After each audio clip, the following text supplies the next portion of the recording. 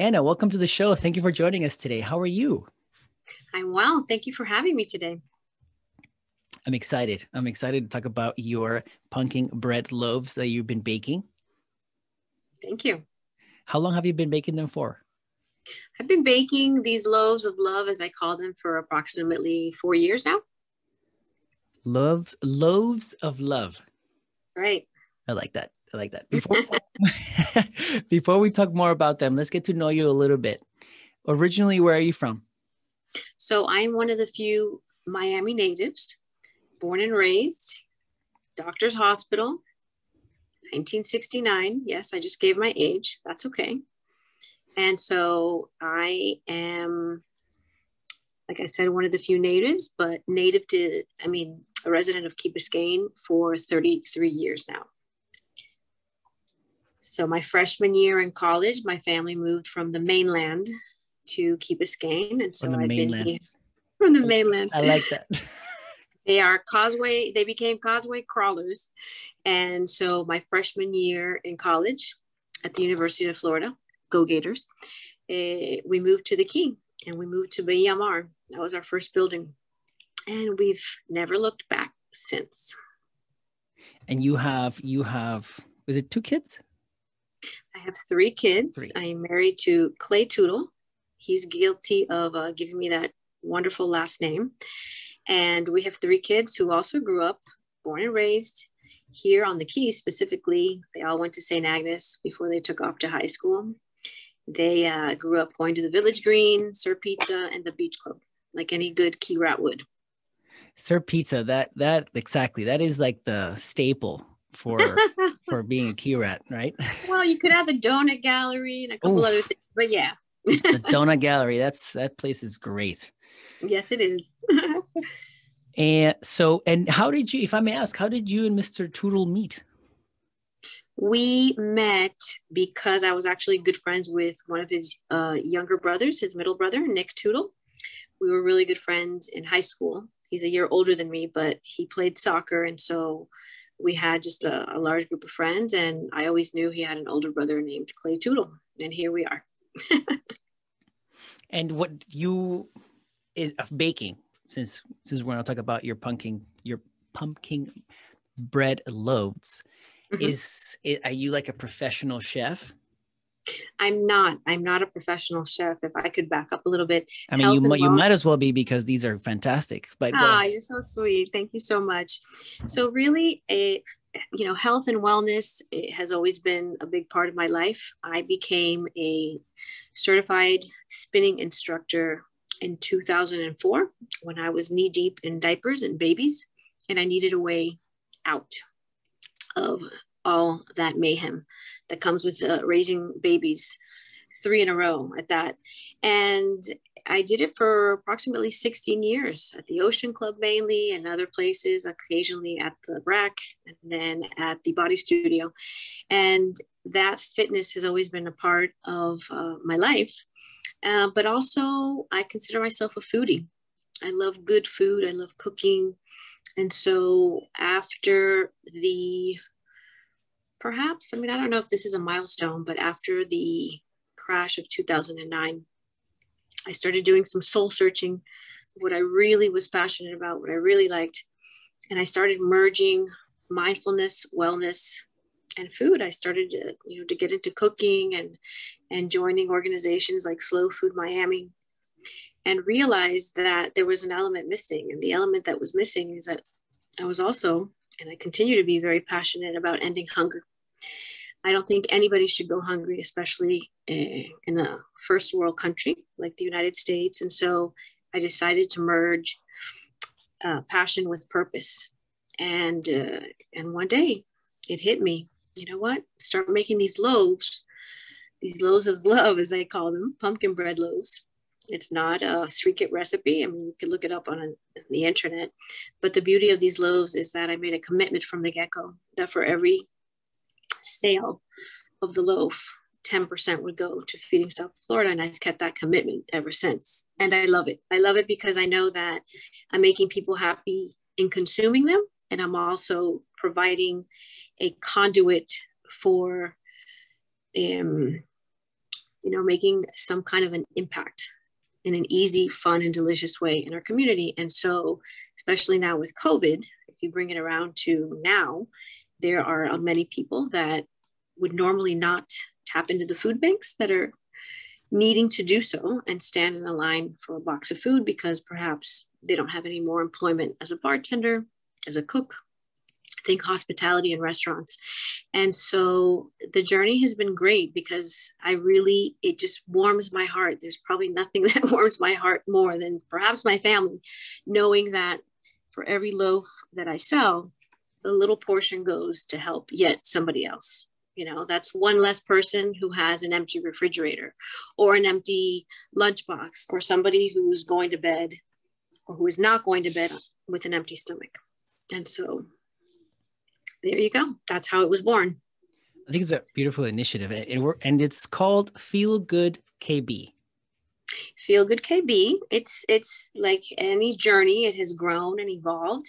It started off as Feel Good Foods and Thoughts because I also have learned along the way the amazing and positive impact that mindfulness and meditation has brought to my life. And so after the crash in 2009, I started diving into applying everything that I had learned from reading so many wellness books and books on self-improvement and self-empowerment. I thought, you know what, it's time to finally do it. And so I started meditating, I started journaling, I started doing all those things that are supposed to empower you. And I started seeing some really, really good effects and starting feeling better. And I thought to myself, my goodness, this is not as difficult as it's portrayed to be. You don't have to be a yogi or a granola, as they say, on a mountaintop to be able to employ all these things. And so I thought I would merge both of them, Feel Good Foods and Thoughts,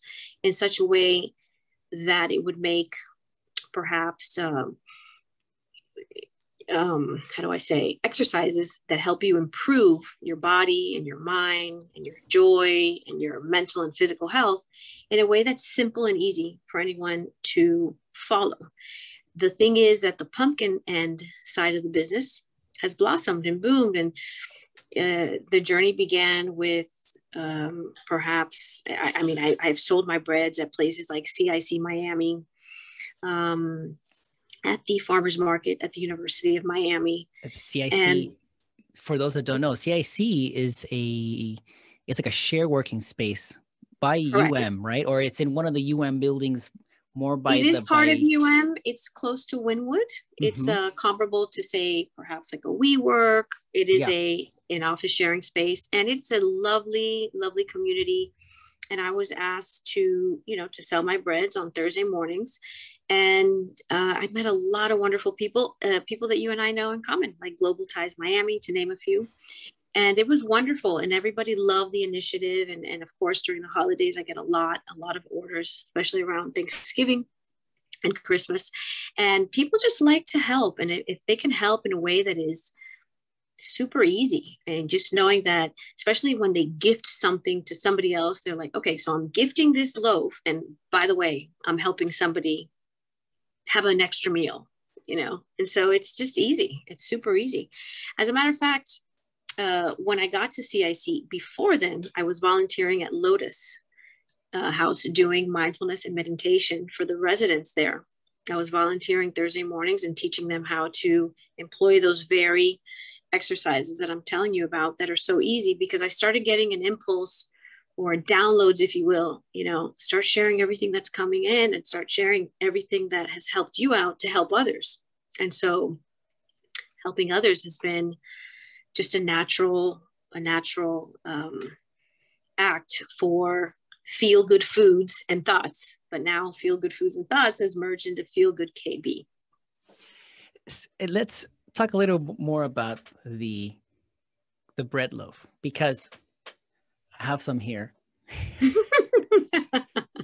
I have to say, I like, can you tell us a little bit more about what's in here? Because it's really good. I like that. Like I was saying pre-podcast, I was sharing that this is very nice and moist. You give it I picked it up on Saturday. It is That's right. Tuesday. I don't put it in the fridge. I don't know if I should. Good. I want. No, No, no need. Listen, the loaf lasts at room temperature for a week, moist and perfect, assuming there's air conditioning, obviously, because we live in South Florida. They freeze well, they refrigerate very well, undoubtedly, but they are at their best at room temperature. Yep. And so it's not a secret recipe. It is not vegan. It is not gluten-free. It is good old-fashioned homemade baking. And I always tell people the secret ingredient is love, because knowing that you're helping your community in the baking of every loaf just makes it taste all the better. I mean, other than that, it has semi-sweet chocolate chips, cage-free eggs, no preservatives. It's just quality, simple quality ingredients. And I never change it. I keep it the same. And I think the consistency is what keeps people coming back for more. And so I have a nice group of repeat customers that come to the Key Biscayne Farmers Market. And that's a delight to see. Because I'm having some right now. You know. Should try it with almond milk. It's delicious. For those that can't see it because they're listening to it, but it's really good. I'm so glad. Thank you. And it's light on my belly because I have a little bit of a irritation of the lining of the stomach. So I always watch my portions. I try to stay away from baked goods. I eat them. Like I'll have a cookie, I'll have a piece of bread. I won't eat like an entire like baguette, right? Like I used to. Or an entire served pizza, so people have an idea. Context. Have an idea, right? But I'll go to serve pizza and share pizza, and I'll have like a quarter, which is still a lot for already grown adult. But this is pretty good. I'm so glad. Thank you. Well, it's very nice on my belly, especially for breakfast, which has always been challenging for me. Breakfast options. You see, you know what? It's a versatile product. I tell people that it's great for breakfast. Some people like to just snack on it, and some people love to serve it as a dessert. It's very versatile. And honestly, all age groups like it. Little kids, sometimes they ask and they're like, are those raisins? No, it's chocolate chips. And they're like, oh, well, maybe I'll reconsider, because at first it's like, pumpkin. But pumpkin just makes it super moist, and you wouldn't think that pumpkin and chocolate would go together, but magically, they do. So you donate, we mentioned, right? So correct. With every purchase, there is a donation or something like that. Correct. So the loaf is $10, and from there I donate $1 to Feeding South Florida, and that $1 provides 9 meals to local communities that are food insecure. And so that $1 is stretched a very long way. And so it's very easy. It's a no-brainer. Who's not up for that? I mean, you don't want kids going to bed or going to school hungry. You don't want the elderly, looking into an empty refrigerator. It's just not necessary. I'm 100% with you there. I mean, when you first told me that at the fresh market that $1 goes to 9 meals, I thought I was Lord. Yeah, I was surprisingly impressed. So it was very nice to know that $1 can go that far. So you can Feeding South Florida is under the umbrella of Feeding America, and Feeding South Florida services the 4 counties: Monroe, Dade, Broward, and Palm Beach. There's 2 food banks, one in Pembroke Park in Broward County and one in West Palm Beach. And if you ever visit them, they are amazing, amazing. They are impeccable. They're organized. They function very efficiently. And I think that that's why when I first started this a couple of years ago, it was $1 would provide 6 meals. Now it's up to 9 meals. And I think that between their efficiency and people and corporations donating, they've come to a level that is incredible. So really, no one should be going hungry. That's my goal. And this is my little sand in the bucket, my contribution. Well, it's a nice, delicious bucket of sand. Thank you. So now that we've talked about the delicious and yummy bread loaves that taste like a yummy, moist cake, but it's a bread. Correct. Let's talk a little bit more about the other aspect of your business, which is the mindfulness approach that you mentioned earlier. The feel-good part? The feel-good part. Can you tell us more about that? Yes. So the feel-good part was born out of, like I said before, after so much reading and so much studying and enjoying wellness and mindfulness after the crash of 2009 and some hard financial situations, I decided to finally do as I had read so much about with meditation. And little did I know that that was going to open the floodgates for me for mindfulness and the desire to teach it and to inspire others to do the same. Why? Because really they're very simple acts, but acts that are very effective. And I've always said that if we have the time to stand in a line at Starbucks or binge watch on Netflix, we have the time to quiet the mind, especially in the morning, and just shut down. You know, I say the morning time is the best time because we haven't quite looked at our phone. We haven't turned on the news. We haven't opened up the laptop. And so it's a wonderful time to kind of tap into what I call the higher wisdom and just quiet the mind. And then you start with 5 minutes, and then 5 minutes in a month or so turns into 10. And before you know it, you're up to 15 or 30. And you start seeing and feeling the changes very subtly. It's not like as they say in Spanish, un balde de agua. It's not like, oh, suddenly you have an epiphany and thunder is coming from the skies. No, you start realizing, wow, you know, I'm a little bit more calm. I'm a little bit happier. I'm not so irritable when I'm stuck in traffic. Maybe the person that used to rub me the wrong way just doesn't seem to bother me anymore. And you start seeing these little subtle changes and realize, wow, if I don't tap into that quiet part of me, then I'm not putting forth the best part of me. And that affects you, that affects your marriage, that affects your family, that affects your coworkers, your neighbors, and so on. And so really, when you take the time and invest the time in you, you're not being selfish. You're really creating benefit for everyone around you. And who's not up for that? And so I always say that the 4 pillars of mindfulness, and this is what I teach in my classes and in my courses, are very simply meditation, gratitude, affirmations, and journaling. And so meditation is quieting the mind.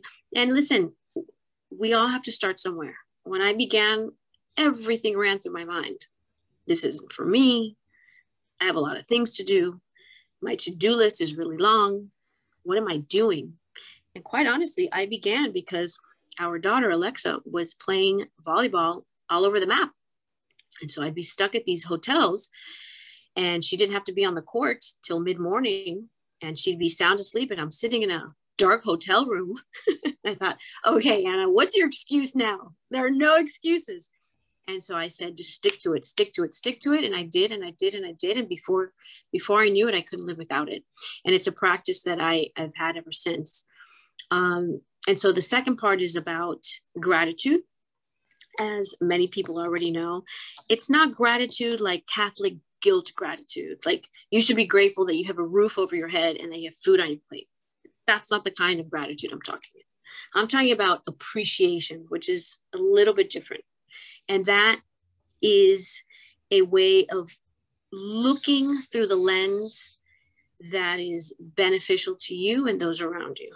That means, and this is one of the things I talk about, that your perspective navigates your circumstances and not the other way around. And so if your perspective is one of appreciation and gratitude, you're going to see life in a completely different light. And that means your experience is going to be completely different. The next are the affirmations. And this brings it around back to all the reading that I had done with especially books from Hay House Publishing, which is one of the leaders in self-empowerment and self-help books. And Louise Hay herself was known as the queen of affirmations. And affirmations simply mean, how are you talking to yourself? What kind of vocabulary are you using with yourself? And so maybe you want to start with maybe every morning when you wake up or while you're brushing your teeth or while you are driving, you say 5 of your favorite affirmations. One of them could be, my body is a perfect mechanism of health. Perhaps you're encountering health problems and you start saying that to yourself over and over, and you start kind of living that, because that affirmation is important to you. And the next person could be about their career, it could be about romance. And so the final and fourth part is the journaling. And the journaling takes a little bit of time because you actually have to, grab a notebook, pen and paper. And this is where, again, you got to leave the self-criticism behind. And the power behind journaling is that you are letting your soul speak with absolutely no judgment. And some people say, well, what am I going to write about? It doesn't matter. And you can't worry about grammar, crossing your T's, dotting your I's. Did I put a comma? No. And you just, before you know it, there's a flow. There's a flow that is different from that of the other three exercises. And so it's not because you're going to read it the following week, or because you're going to show it to your kids one day, no, it's just that you have a relationship with that inner part of you. You're just going to write about it, and it's very cathartic. It's very therapeutic. It doesn't mean that you have to write about trauma or drama. You can just write about your petty one. It doesn't matter. It just doesn't matter. That rhymes. So, that's good. Yeah, that wasn't even intentional. And so sometimes I find that people are like, okay, but how do I do it? And how do I start? And so this is where I would love to bring some of that content and some of that structure and some of those courses, not only to, for example, groups or individuals, but I think if we started putting this in corporations and in schools, everybody benefits. And so how would you do that in a corporation? Well, perhaps Monday, Wednesdays, and Fridays, we have 1 hour designated in the conference room. Well, now it's over Zoom, but, and if you would like to join, you can take this time, and everybody benefits from it. And we can actually take the time, and it's an investment of your mental, physical, and emotional health that renders huge, huge benefits. And so that's something that I would like to develop and elaborate more if I can break away from my oven a little bit more. So like I said, it's a good complaint. I'm not complaining, but I do want to write a book. And so I can't leave behind all that I have learned, because along the path and in that journey, there's been lessons to be learned that when shared with other people, will benefit them. I have a question regarding the gratitude and affirmation. All these things are done together first, right?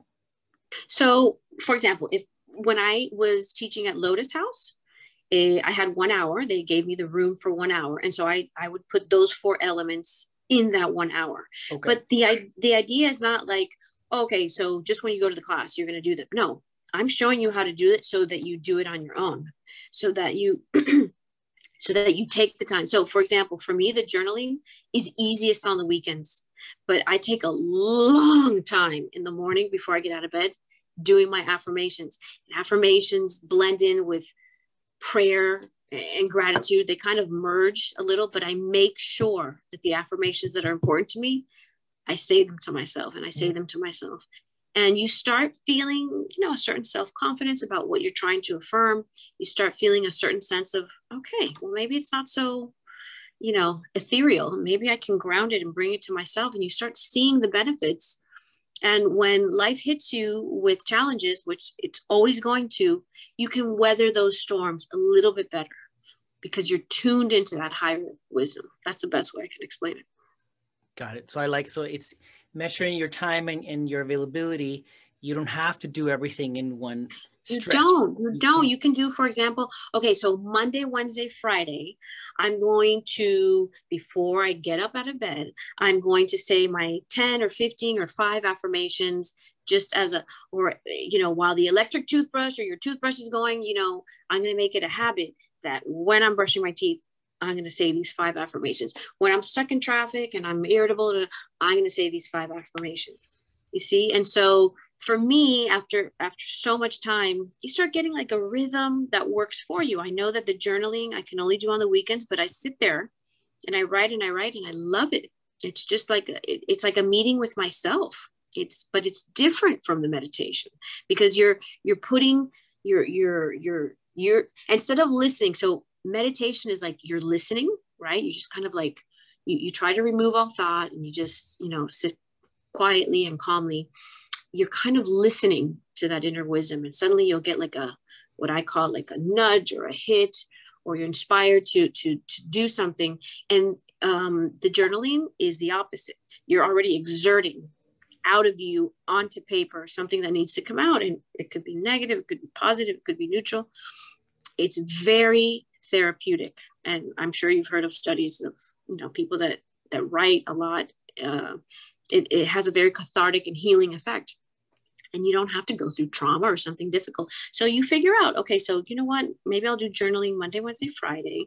The meditation, I do encourage to do every single day, because even if it's 5 minutes and you can just, set a timer, or if you have a clock in your bedroom, you say, okay, well, I'm just going to add 5 minutes. I'm just going to be quiet, and you start seeing and feeling better. And then say you skip a day, you start realizing, oh, no, I need that quiet time again.